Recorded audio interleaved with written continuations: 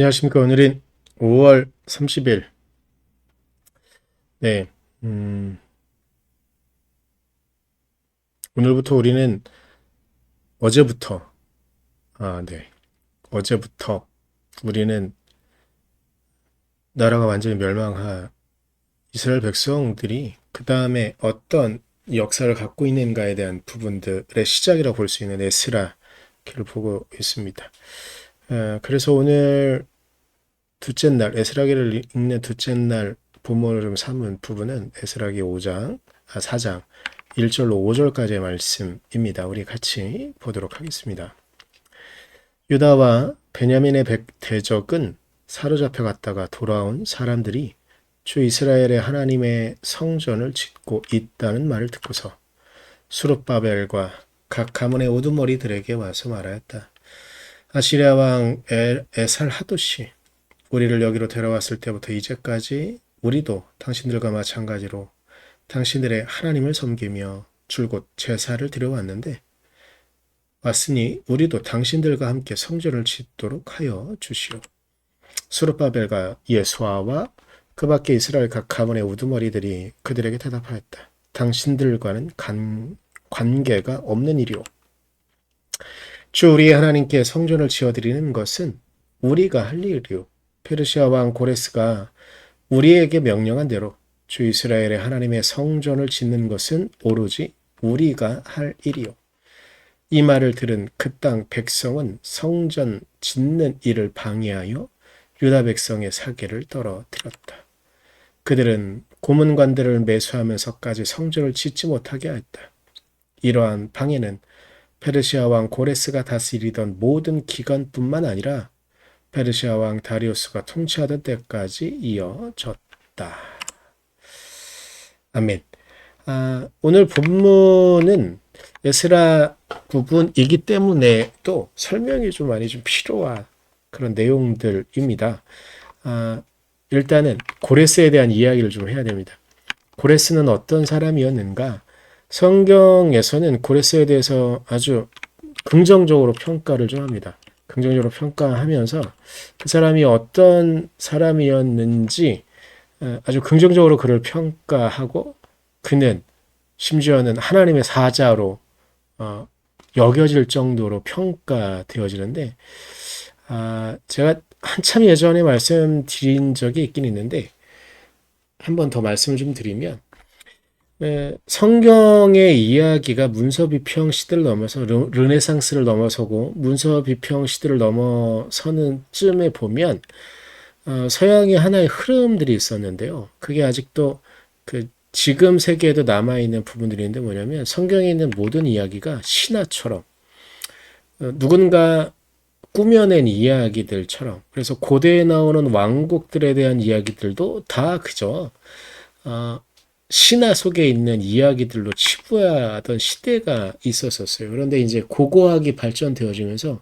오히려 성경에 나오는 이야기들이 허구가 아니고 실제로 그 지역에 있었고 또 문자를 이제 고대의 문자를 해석해지는 기술들이 늘어나게 되어지면서 고대의 문자를 파악하게 되어지면서 고대에 쓰여졌던 역사들과 성경에서 쓰고 있는 역사들이 물론 엄밀히 따지면 시간 차이가 조금 날 수는 있어도 기본적으로는 성경에 나와 있는 역사적인 사실들이 이야기들이 사실에 기반하고 있음이 드러나게 돼요. 오히려 고고학이라는 학문을 통해서.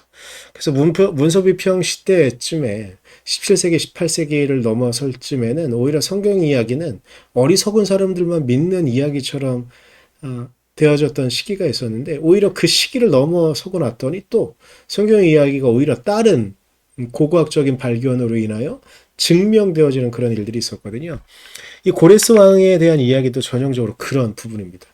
역사에 나오는 인물 중에 고레스는 실제 했던 인물이었고요. 고레스는 이제 영어로 표현되어지는 왕의 이름으로 따지면 키루스 2세, 페르시아 제국을 건설한 키루스 왕에 대한 이야기를 다루고 있는 거예요. 키루스 2세라고 표현하는 건 그의 할아버지가 키루스 왕이었기 때문에 그 손주, 할아버지의 이름을 받아서 썼기 때문에 그 당시에는 물론 키루스 왕이라고 성경에서 고레스 왕이라고 표현되어졌지만 일단 할아버지가 있었기 때문에 키루스 2세라고 표현되어지는데요. 이 키루스 2세는 알렉산더 이전에 그리고 알렉산더 대왕과 견주어서도 절대 뒤처지지 않는 대왕이란 이름이 붙는 그런 대단한 사람입니다. 우리가 알고 있는 페르시아라는 개념, 그러니까 곧 중동을 말할 때 페르시아 제국 이런 이야기 많이 하잖아요. 근데 그 제국을 형성한 왕이었었어요. 지금으로 따지면 이란이 페르시아의 중심에 있었겠지요. 그런데 이 고레스 왕은요, 서쪽으로는 그리스, 지중해를 점령하고 있는 그리스 문명과 맞짱을 떠서 그리스 안에 그리스를 자신의 통치권 안에 집어넣어요. 당연히 중동도 있었겠죠. 또 동쪽으로는 동쪽으로는 중앙아시아, 지금으로 따지면 탄이라는 이름이 붙는 뭐 키르기즈스탄, 뭐 우즈베키스탄 이런 지역, 우리가 지금 말하고 있는 중앙아시아, 우리가 보통 생각하는 아시아가 중국만 관련되어져 있다고 한다면 중국의 끝단이라고 볼 수 있는, 그러니까 지금으로 따지면 중앙아시아 지역까지도 통치했어요. 터키도 물론이고요. 그러니까 그런 지역을 통치했던 왕이었었어요. 물론 이 사람의 죽음은 좀 아쉽게 끝나긴 하지만 그렇게 거대한 제국을 형성해서 통치했고요. 그리고 이 사람의 특징이 있는데 이 사람이 섬겼던 건 유대교는 아니에요. 조로아스트교를 섬겼다고 하더라고요. 근데 조로아스트교에 아주 심취했던 그런 왕이었기 때문에 우리로서는 지금 너무나 당연하지만 그 당시로는 아주 파격적이었던 정책을 펴요. 뭐냐면 노예를 금지시켜요. 그리고 그 조로아스트교의 영향일 수도 있었겠지만 각 지역에 있는 종교와 문화를 인정해요. 그리고 그들의 각 국가마다, 각 지역마다 있는 통치 제도를 인정해요. 다만 자신을 주군으로 두는 것, 그것이 중요한 것이고 그것만 인정한다고 한다면 그 지역에 있는 제도도 인정하고 그 지역에 있는 문화도 인정하고 그 지역에 있는 언어도 인정하고 그 지역에 있는 종교도 인정하는 그런 왕이었었어요. 그런데 이런 왕이었던 사람이 유대인들에게는 어떻게 보여주는 사람이었냐면 자신들을 함락시킨 게 바벨론이잖아요. 그 바벨론을 무너뜨린 왕이 페르시아의 고레스 왕이었거든요. 키루스 2세. 그렇기 때문에 유대인들은 고레스를 환영할 수밖에 없었어요. 그런데 그의 기본적인 정책이 뭐냐? 각 지역의 종교를 인정하잖아요. 각 지역의 문화를 인정하고 각 지역의 언어를 인정해요. 그리고 또 하나 더하는 게 있었는데 뭐냐면 바벨론에 의해 포로로 잡혀왔던 사람들을 고향으로 돌려보내요. 여기에 대상에는 유대인들도 있게 되죠. 그런데 이 고레스 왕이 결국 한 것이 무엇이냐? 예레미야 선지를 통해서 이스라엘 백성들에게 하나님께서 약속하신 것, 그것은 무엇이냐면 너희들이 쓸데없는 저항을 하지 말고 너희들의 나라의 운명은 다 했으니 내가 기필코 너희들을 고향 땅에 보낼 것이니 일단 이 역사의 흐름을 따라라 라고 하는 것이잖아요. 이 예레미야 예언이 고레스 왕 때에 바벨론이 무너지고 페르시아가 거대한 제국을 만들면서 이루어지는 거예요. 하나님의 예언이 성취되어지죠. 그래서 성경 안에서는 고레스를 평가할 때 하나님께서 세우신 왕, 그리고 하나님을 섬긴 왕, 이렇게 표현하긴 하지만, 엄밀히 따지면 하나님을 섬긴 왕이라고 표현되어지는 것들은 이스라엘 백성들의 평가였을 뿐, 조로아스터교에 심취했던 그로서는 이거는 그냥 유대인들이 고레스 왕을 축혀주는 그런 말 정도로 넘어갈 그런 부분일 것 같아요. 이 고레스 왕을 길게 말한 건 어쩔 수 없습니다. 에스라로 넘어가면서 포로기를 넘어가고 그들이 귀환하면서 고레스 왕은 중요한 역할을 맡았기 때문에, 그리고 그쯤에 아시리아, 북이스라엘을 멸망시킨 아시리아, 얼마 지나지 않아 바벨론이 부흥하고 거의 바벨론은 되게 폭력적인 그런 국가였었는데 그 폭력적인 국가를 페르시아 키루스 2세가 고레스 왕이 멸망시키면서 우리가 알고 있는 이제 페르시아 제국 보통 우리 생각할 때 중동은 페르시아 제국 같은 느낌이 강하잖아요. 그 기틀을 딱 닦았고 그 기틀을 만들어서 제도를 만들고 그런 왕이었거든요. 그렇기 때문에 중요한데 이 왕이 또 한 일은 유대교 안에서도 정말 중요한 일, 자신들을 고향으로 돌려보내고 자신들이 해야 될 일을 하나님께 예배하는 것을 방해하지 않고 오히려 그냥 그렇게 포용 정책으로 안아주고 있었던 그런 왕이었던 것이죠. 그래서 이제 포로로 잡혀갔던 이스라엘 백성들은 고향으로 돌아오는데 성공을 합니다. 그리고 정말 많은 사람들이 돌아와요. 돌아오면서 뭐 족보를 따지기도 하고, 그리고 원래 족보에 있었던 레위인들은 하나님을 예배하는 데에 제사를 드리는데 중요한 역할을 가지려고도 하고, 그런데 중요한 문제가 생기게 돼요. 결정적인 문제. 바벨론이 예루살렘 성전을 무너뜨렸잖아요. 고향 땅에 돌아왔는데 예루살렘 성전은 없고 터만, 흔적만 남아있는 거예요. 그 땅에 남아있던 사람들이 예루살렘 성전을 재건할 힘도 없었겠지만 그럴 의도도 없었고 생각도 없었던 것 같습니다. 이들이 돌아와서 이제 돌아왔으니 그들의 신앙의 중심, 이 예루살렘 성전이니 예루살렘 성전을 다시 지으려고 그래요. 그 일에 중요한 역할을 했던 사람은 스룹바벨이었었어요. 어, 그런데 예수와도 있었고 뭐 이런 사람들이 있었는데 이런 사람들이 재건할 때에 이 땅에 있던 사람들이 있었어요. 예루살렘 땅에 남아있던 사람들. 엄밀히 따지면 예루살렘이 약간 북쪽으로, 그러니까 북이스라엘에 남아있던 사람들이었겠죠. 그리고 바벨론의 정책으로 인해서 지도자들을 해외로 보냈다가 그 비어진 지역에 이방인들을 보내게 되죠. 근데 이때 북이스라엘은 물론이고 남유다 땅도 하나의 문제가 생겨지는 것들이 있었는데 우리가 보통 알고 있는 신약에서 말하는 사마리아 사람들이 생기게 되어집니다. 이 사마리아 사람들은 유대인이거든요. 유대인이긴 하지만 혼혈이에요. 그러니까 우리의 지금의 개념으로 따지면 유대인으로 분명히 품을 수 있고 안을 수 있는 사람들이었었는데 돌아온 이들은 배반자들이었었어요. 왜 배반자냐? 그들의 순수성을 지키지 못하고 이방인들과 이 개역개정에는 자폰이라고 표현되어져 있는데 쉽게 말하면 국제 결혼을 한 거죠. 그래서 이스라엘 백성들만이 지켜야 될 순혈주의가 깨진 거예요. 근데 특이한 게 있었는데 이들도 여기 보면 2절에도 보면 아시리아 왕 에살하도시 우리를 여기로 데려왔을 때부터 이제까지 우리도 당신들과 마찬가지로 당신들의 하나님을 섬기며 줄곧 제사를 드려왔으니 라고 말해요.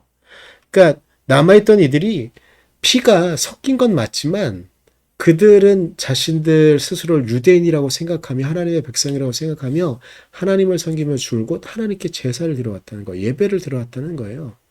그러니 우리도 당신들과 함께 성전을 짓도록 하여 주시오라고 부탁해요. 그런데 돌아온 이들은 이 사태를 받아들일 생각이 없었어요. 제 생각엔 어찌 보면 하나님의 백성이라는 그 바운더리 안에 이들도 분명히 둘 수 있을 텐데 왜 그럴까? 제 생각엔 그래요. 내 생각에는 그들을 같이 품고 했다면 예루살렘 성전을 재건하는데 시간도 아낄 수 있었고 더 많은 노동력과 더 많은 도움도 얻을 수 있었을 텐데 이들은 그것을 받아들일 수가 없었어요. 왜냐하면 생각을 좀 해보면 또 이방 땅에 쫓겨가서도 그들은 어떻게든지 그들의 순수성을 지켰거든요. 그들의 언어를 포기하지 않았고요. 그 정말 언제 갈지 모를 예루살렘을 그리워하며 우리가 언젠가는 하나님의 성 시온성에 도착해서 하나님께 예배할 그 감격적인 날을 기대하면서 이방인들이 얼마나 유대인들을 또 터부시하고 괴롭게 했겠어요. 그런 모든 어려움을 참아내며 견뎌내며 하나님께 온전히 예배하는 민족으로서 버텨냈는데 고향 땅에 돌아왔더니 이방인들과 자폰을 하고 이방인들과 피를 섞어 유대인들의 고유의 정체성을 포기한 이들을 받아들일 수 없었던 거죠. 그럼에도 불구하고 내 생각에는 그들과 같이 하는 게 낫지 않았을까라는 생각이 자꾸만 들기도 합니다. 그런데 이 사마리아인들이 하는 게 뭐냐면요. 마음이 상했죠. 속이 상했죠. 그래서 이 페르시아 제국이 파견한 총독들에게 계속 이르는 거예요. 이들이 지금 성을 짓고 있다. 예루살렘 성전, 물론 성이긴 한데 이 예루살렘 성전의 상징적인 의미는 군사적인 의미보다는 하나님께 예배하는 것이었거든요. 근데 사마리아인들이 자꾸 이야기하는 거예요. 저들이 지금 페르시아 당신들에게 저항하려고 산성을 짓고 있다. 군사 목적을 갖고 있는 성을 짓고 있다. 저것을 둬도 되느냐? 계속 방해하는 거예요. 그러자 이 예루살렘 성전을 짓는 것은 멈출 수밖에 없게 되어집니다. 시간이 한참 지나져요. 그런데 정말 신기한 일이 있게 돼요. 아닥사스다 왕 때가 오게 됩니다. 성전을 계속 지으려고 노력하거든요. 근데 이때 요청을 하는 거예요. 우리는 분명히 고레스 대왕의 칙령으로 키루스 2세의 칙령으로 이 성전을 지으라고 허가를 받고 왔는데 왜 계속 이것을 방해하십니까? 라고 하는 거죠. 이 말을 들은 아닥사스다 왕이요. 그래? 그러면 이 유대인들의 말이 맞는지 한번 확인해 보기 위해서 키루스 2세가 고레스 왕이 반포한 칙령들을 한번 다 살펴봐라. 그래서 바빌론에 있는 문서고를 뒤져보게 만들어요. 이 이야기가 6장에 나오는데 6장 8절에 정말 저의 생각이 틀렸음이 드러나게 됩니다. 이때 아닥사스다 왕이 칙령을 내립니다. 찾아보라고 해요. 이를 지시한다. 경들은 성전을 짓는 죄송합니다. 아닥사스다 왕 때 이때 이제 칙령을 찾아보라고 하게 되는데 정말로 고레스 왕의 칙령이 나오는 거예요. 이 성전을 다시 지으라. 그리고 그들을 도와줘라. 그러니까 이때에 지시가 다시 내려옵니다. 성전을 짓는 유다의 원로들을 도와라. 성전 공사에 드는 비용은 국구에서 될 터이니라고 말해요. 이 국구는 어떻게 하냐? 유프라데스 강 서쪽 지방에서 거둔 세금에서 이 비용을 충당할 테니 이 일은 중단되지 않도록 하라라고 고레스 왕의 칙령을 더해서 이제 비용마저도 충당할 수 있는 일이 이루어지게 됩니다. 물론 성전 건축이 중단되어졌습니다. 재건이 중단되어졌습니다. 그 기간이 아까울 수 있고 억울할 수 있습니다. 제 생각에는 그게 효율적이지 않아 보였습니다. 그런데 하나님의 생각은 저의 생각과 달랐습니다. 하나님께서는 이 일을 통하여서 오히려 확실하게 이 일의 안전을 유지시키게 되어지고요. 거기에 들어가는 비용마저도 충당되어지는 이루어지게 됩니다. 제 생각에는 돌아온 유대인들의 판단이 옳은 것 같지 않았는데 하나님은 그렇게 일을 하시는 것 같지 않았는데 하나님은 오히려 그 일마저도 하나님이 하시는 일을 드러내는 도구로 만드시고 사용하시는 것을 봅니다. 이때 그럼 저는 제 생각을 포기해야죠. 이제 우리를 좀 돌아봤으면 좋겠습니다. 우리는 수없이 많은 일들을 할 때 우리의 일이 어그러지고 우리의 계획이 하나님의 일을 하겠다고 할 때 그 일들이 포기되어지는 정말 수없이 많은 상황들을 목격하게 됩니다. 근데 그때 우리의 생각에는 내 생각에는 하면서 무엇인가를 하려고 할 텐데 그때 오히려 하나님께 기도하며 간구하며 하나님께서 하실 일들을 기다려 보는 것은 어떨지 하나님께서 하시는 일들을 우리가 목격해 보는 것은 어떨지 우리의 생각을 내려놓고 하나님께서 하시는 일을 바라보며 그 일을 기다려볼 수 있는 우리가 되어줬으며 오늘의 말씀을 묵상하며 우리 안에 남겨지는 이야기는 이제 우리의 판단과 우리의 생각은 내려놓고 하나님께서 하시는 일 속에 우리의 삶을 맞출 수 있기를 또한 소망해 봅니다. 기도하겠습니다. 주님, 우리가 주님 은혜 안에 주님 말씀 안에 있기를 간절히 소망하니 우리의 삶이 하나님 은혜 안에 있게 하시고 하나님 말씀 안에 있게 하셔서 우리의 생각으로 우리의 주장으로만 우리의 삶을 살아가는 것이 아니라 우리의 삶을 궁극적으로 이끌어 가시는 하나님의 은혜 안에 우리의 삶을 맡기며 우리의 삶을 당신 앞에 두며 나아갈 수 있도록 그런 우리가 되어질 수 있도록 하나님 우리를 이끄시고 우리를 당신의 뜻으로 이끌어 주시옵소서. 그렇게 하나님께서만 우리를 이끌어 주를 간절히 소망하며 예수님의 이름으로 기도드렸습니다. 아멘.